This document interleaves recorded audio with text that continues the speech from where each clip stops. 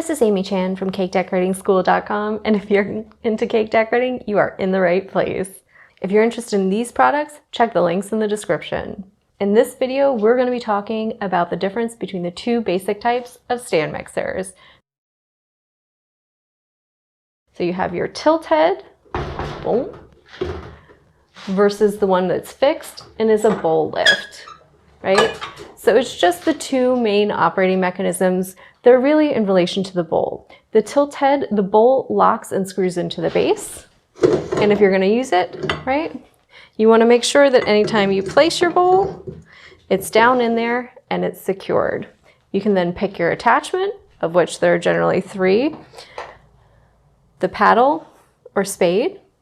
It's great for mixing cookies, doughs, like brownies, even cake mixes, right? The dough hook, which you're going to be using if you're doing breads or any other kind of dough that needs kneading action.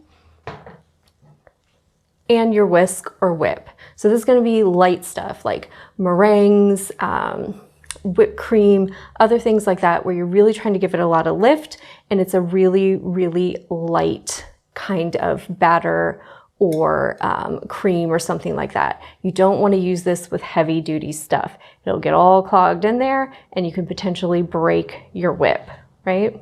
So out of the 3, I generally use the spade the most. We make a lot of cake batters, mix things like brownies, cookies, etc. This one really gets used a lot.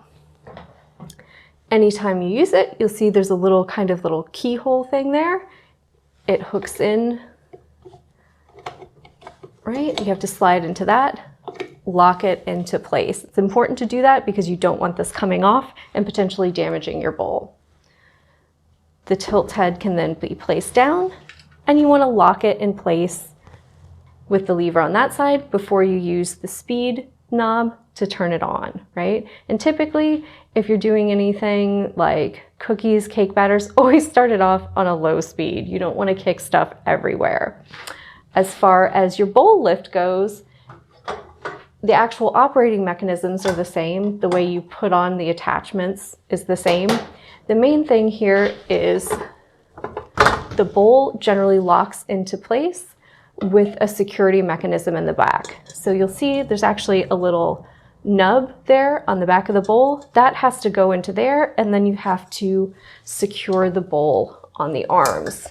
It's a little hard to do at this angle, so I'm just going to get it in there, right? So you pop that nub in the back first and then press the bowl down onto those arms. That'll then mean you can put on your selected attachment, raise the bowl, and then turn your mixer on. And so that's the main difference between the two and how they operate. In general, if you're just doing light home use, say using it for holiday baking, cooking, and you're not using it a lot and you don't need to make larger volumes, or things like trying to mix 3-4 pizza doughs at a time, you can generally invest in one of the tilt heads that are a little less expensive. If you're into heavy baking, you're thinking about maybe having some sort of home baking business or studio, or you're just a really avid hobbyist, investing in a larger model with a better motor will generally mean that it's one of the bowl lift ones, and that'll give you a better capacity and a better life if you're going to use it really heavily. Right? So that's the major difference between the two. They're both great buys, and we honestly usually have more than one of each type at any time because we're running a cake studio. So either way you go, you'll be well served. If you enjoyed this video and you'd like to check out more about the materials and equipment that we use for cake decorating, or just some inspirational videos about cake decorating itself, you can follow us on Insta or YouTube at Cake Decorating School. If you're interested in yearly membership, check out www.cakedecorating.school.com for more information. And if you're interested in these products, you can check out the links in the description.